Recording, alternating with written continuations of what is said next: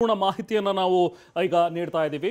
So ಇವತ್ತು ಮಧ್ಯಾಹ್ನ 1:38 1:39 ಸುಮಾರಿಗೆ ಸಂಭವಿಸಿದಂತಹ ಒಂದು ದುರಂತ. ಈ ವಿಜುವಲ್ಸ್ ಅನ್ನ ನೋಡ್ತಾ ಇದ್ದೀರಿ ನೋಡಿ. ಆ ಒಂದು ಬೆಂಕಿಯ ಕೆನ್ನಾಲಿಗೆ ಈ ಬಿಲ್ಡಿಂಗಿಗೆ ಆವರಿಸಿತ್ತು. ಸೊ ತಕ್ಷಣಕ್ಕೆ ಅಲ್ಲಿದ್ದಂತಹ ಅಗ್ನಿಶಾಮಕ ದಳದ ಸಿಬ್ಬಂದಿ ಅಲ್ಲಿಗೆ ದೌಡಾಯಿಸಿ ಆ ಬೆಂಕಿಯನ್ನು ನಂದಿಸುವಂತಹ ಒಂದು ಕೆಲಸವನ್ನು ಮಾಡಿದ್ರು. ಎಸ್, ನಾನು ನಿಮಗೆ ಹೇಳ್ತಾ ಇದ್ದೆ, ಸಮ್ ಅಪ್ ಮಾಡ್ತಾ ಇದ್ದೆ. 1:38-39 ಸಮಯದಲ್ಲಿ ಅಹಮದಾಬಾದ್ನ ಸರ್ದಾರ್ ವಲ್ಲಭಭಾಯ್ ಪಟೇಲ್ ಇಂಟರ್ನ್ಯಾಷನಲ್ ಏರ್ಪೋರ್ಟ್ನಿಂದ ಅಹಮದಾಬಾದ್ನಿಂದ ಗ್ಯಾಟ್ವಿಕ್ಕಿಗೆ, ಲಂಡನ್ನಿನ ಗ್ಯಾಟ್ವಿಕ್ಕಿಗೆ ಅಂತ ಹೇಳಿ ಒಂದು ವಿಮಾನ ಹಾರತ್ತೆ. ಏರ್ ಇಂಡಿಯಾ ವಿಮಾನ ಇದು. ಬೋಯಿಂಗ್ 7878 ಅನ್ನುವಂಥ ಒಂದು ವಿಮಾನ ಸರ್ದಾರ್ ವಲ್ಲಭಭಾಯ್ ಪಟೇಲ್ ಇಂಟರ್ನ್ಯಾಷನಲ್ ಏರ್ಪೋರ್ಟ್ನಿಂದ ಟೇಕ್ ಆಫ್ ಆದ ಕೆಲವು ಕ್ಷಣಗಳಲ್ಲಿ ATCಯಿಂದ ಸಂಪರ್ಕ ಕಡಿತಗೊಳ್ಳುತ್ತೆ. ಆ ಸಂದರ್ಭದಲ್ಲಿ ಮೇಡೇ ಕಾಲ್ ಅನ್ನ ಕೂಡ ಪೈಲಟ್ ಕೊಡ್ತಾರೆ. ಅಂದ್ರೆ ಇದು ಕೊನೆಯ ಕರೆ, ಇನ್ನು ಮುಂದೆ ಈ ಫ್ಲೈಟ್ ಅನ್ನ ಕಂಟ್ರೋಲ್ ಮಾಡೋದಕ್ಕೆ ನನ್ನ ಕೈಲಿ ಸಾಧ್ಯ ಇಲ್ಲ, ಇದನ್ನ ಕ್ರಾಶ್ ಮಾಡ್ತಾ ಇದ್ದೀನಿ ಅನ್ನುವಂಥದ್ರ ಬಗ್ಗೆ ಆ ಒಂದು ಸಂದೇಶ, ಮೇಡೇ ಸಂದೇಶವನ್ನು ರವಾನಿಸ್ತಾರೆ.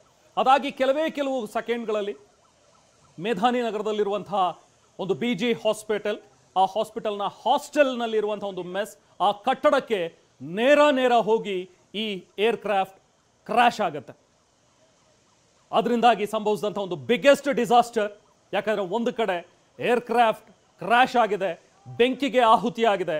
ಅದರಲ್ಲಿ ಸುಮಾರು 242 ಜನ ಪ್ರಯಾಣಿಸ್ತಾ ಇದ್ರು. 230 ಜನ ಪ್ರಯಾಣಿಕರು, 12 ಜನ ಕ್ರೂ, ಅಂದ್ರೆ 2 ಪೈಲಟ್ಗಳು ಮತ್ತೆ 10 ಕ್ಯಾಬಿನ್ ಕ್ರೂ, ಒಟ್ಟು 242 ಮಂದಿ. ಭಾರತೀಯರು ಇದರಲ್ಲಿ 169 ಜನ. ಹಾಗೆ ಕೆನಡಾದ ಪ್ರಜೆ ಒಬ್ಬರಿದ್ರು, ಪೋರ್ಚುಗಲ್ನ 6 ಜನ ಇದ್ರು, ಬ್ರಿಟಿಷ್ ಪ್ರಜೆಗಳು 52 ಜನ ಇದರಲ್ಲಿ ಪ್ರಯಾಣಿಸ್ತಾ ಇದ್ರು. ಈ ಕ್ರಾಶ್ ಆದಂತಹ ಒಂದು ರಭಸಕ್ಕೆ ಸಂಪೂರ್ಣವಾಗಿ ಫ್ಲೈಟ್ ಹೊತ್ತಿ ಉರಿದಿದೆ. ಹಾಗೆ ಆ ಬಿಲ್ಡಿಂಗ್ ಕೂಡ ಕೊಲಾಪ್ಸ್ ಆಗಿದೆ, ಬಿಲ್ಡಿಂಗ್ ಕೂಡ ಹೊತ್ತಿ ಉರಿದಿದೆ. ಆ ಟೈಮ್ನಲ್ಲಿ 1:38 2 ಗಂಟೆಯ ಸುಮಾರು ಅಂತ ಹೇಳಿದ್ರೆ ಊಟಕ್ಕೆ ಅಂತ ಹೇಳಿ ಹೋಗಿದ್ದಂತಹ ವಿದ್ಯಾರ್ಥಿಗಳು, ಮೆಡಿಕಲ್ ವಿದ್ಯಾರ್ಥಿಗಳು ತಟ್ಟೆಗೆ ಊಟ ಹಾಕೊಂಡು ಆಗಷ್ಟೇ ಬಂದು ಕೂತಿದ್ದಾರೆ. ಇನ್ನೇನು ತುತ್ತು ಬಾಯಿಗಿಡಬೇಕು, ಆ ಟೈಮಲ್ಲಿ ಆಗಿರುವಂತಹ ಕ್ರಾಶ್ ಇದು.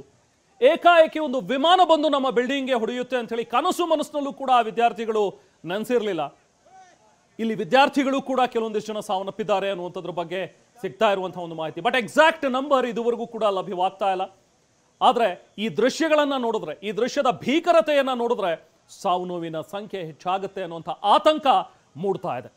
ತಕ್ಷಣಕ್ಕೆ ಅಲ್ಲಿದ್ದಂಥ ಸ್ಥಳೀಯರು ದೌಡಾಯಿಸಿದ್ರು. ಬಿಲ್ಡಿಂಗ್ ನಲ್ಲಿ ಸಿಕ್ಕಾಕೊಂಡಿದ್ದವರನ್ನ ತಕ್ಷಣಕ್ಕೆ ಅಲ್ಲಿಂದ ಹೊರಗಡೆ ತೆಗೆದ್ರು. ಅವರೆಲ್ಲರನ್ನು ಕೂಡ ಸ್ಥಳೀಯ ಆಸ್ಪತ್ರೆಗೆ ದಾಖಲು ಮಾಡಿದ್ದಾರೆ. ಇನ್ನು ಫ್ಲೈಟ್ ನಲ್ಲಿ ಇದ್ದಂಥವ್ರನ್ನು ಕೂಡ ರಕ್ಷಣೆ ಮಾಡೋದಕ್ಕೆ ಅಗ್ನಿಶಾಮಕ ದಳದ ಸಿಬ್ಬಂದಿ ಅವಿರತವಾಗಿ ಪ್ರಯತ್ನ ಪಟ್ಟಿದ್ದಾರೆ. ಸದ್ಯಕ್ಕೀಗ ಬೆಂಕಿಯನ್ನ ನಂದಿಸಿದ್ದಾರೆ. ಬಟ್ ಬೆಂಕಿಯ ಕೆನ್ನಾಲಿಗೆ ಸಂಪೂರ್ಣವಾಗಿ ಈ ಫ್ಲೈಟ್ ಅನ್ನ ಸುಟ್ಟು ಕರಕಲಾಗಿಸಿದೆ. ಹಾಗೆ ಈಗ ಕೆಲವೊಂದಷ್ಟು ದೃಶ್ಯಗಳನ್ನ ನೋಡ್ತಾ ಇದ್ವಿ. ಅದರಲ್ಲಿ ಒಂದೆರಡು ಮೃತದೇಹಗಳು ಕೂಡ ಕಾಣಿಸ್ತಾ ಇದ್ವು. ಅದನ್ನು ತೋರಿಸೋದಕ್ಕೂ ಕೂಡ ಸಾಧ್ಯವಾಗದೇ ಇರುವಷ್ಟು ಸುಟ್ಟು ಕರಕಲಾಗಿರುವಂತಹ ಮೃತದೇಹಗಳು. ಇದು ಇತ್ತೀಚಿನ ದಿನಗಳಲ್ಲಿ, ಇತ್ತೀಚಿನ ವರ್ಷಗಳಲ್ಲಿ ನಾವು ಕಂಡಂತಹ ಅತ್ಯಂತ ದೊಡ್ಡ ದುರಂತ. ಒಂದು ಕಡೆ ವಿಮಾನ ಕ್ರಾಶ್ ಆಗಿ ವಿಮಾನ ಹೊತ್ತು ಉರಿದಿದೆ, ಜೊತೆಗೆ ಬಿಲ್ಡಿಂಗ್ಗೆ ನುಗ್ಗಿದಂತಹ ಪರಿಣಾಮವಾಗಿ ಬಿಲ್ಡಿಂಗ್ ಕೂಡ ಕೊಲಾಪ್ಸ್ ಆಗಿದೆ. ಅದರ ಅವಶೇಷಗಳಲ್ಲಿ ಸಿಕ್ಕಾಕೊಂಡು ಕೆಲವೊಂದಷ್ಟು ಜನ ಈಗ ಪ್ರಾಣ ಬಿಟ್ಟಿರೋದ್ರ ಬಗ್ಗೆ ಮಾಹಿತಿ ಸಿಗ್ತಾ ಇದೆ.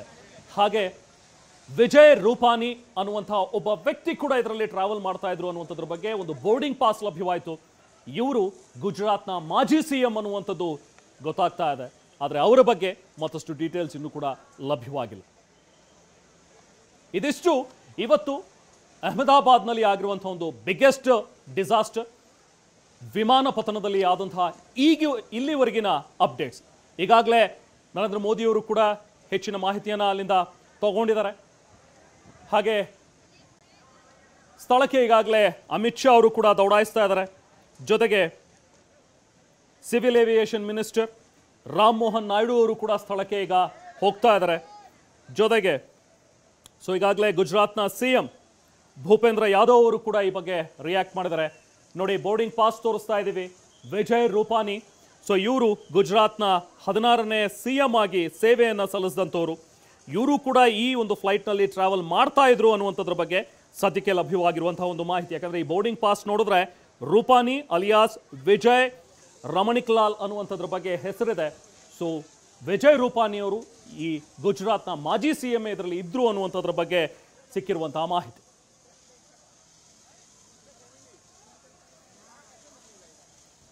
ಗಮನಿಸ್ತಾ ಇದ್ದೀರಿ ವಿಜಯ್ ರೂಪಾನಿಯವರು ಬುಕ್ ಮಾಡಿದಂತಹ ಟಿಕೆಟ್ ಇದು. ಮತ್ತೊಂದು ಕಡೆ ವಿಮಾನ ಯಾವಾಗ ಪತನವಾಯಿತು ಆ ಕ್ಷಣವೇ ಅಲ್ಲಿ ದೊಡ್ಡ ಮಟ್ಟದಲ್ಲಿ ಆತಂಕ ಮನೆ ಮಾಡಿತ್ತು. ಅದರ ಜೊತೆಗೆ ಕಟ್ಟಡಕ್ಕೂ ಕೂಡ ಆ ವಿಮಾನ ಬಂದು ಡಿಕ್ಕಿ ಹೊಡೆದ ಪರಿಣಾಮ ಆ ಕಟ್ಟಡವೇ ಸಂಪೂರ್ಣವಾಗಿ ಹೊತ್ತಿ ಉರಿದಿದೆ. ಬೆಂಕಿಯೂ ಕೂಡ ನಿಯಂತ್ರಣಕ್ಕೆ ಬರ್ತಾ ಇರಲಿಲ್ಲ.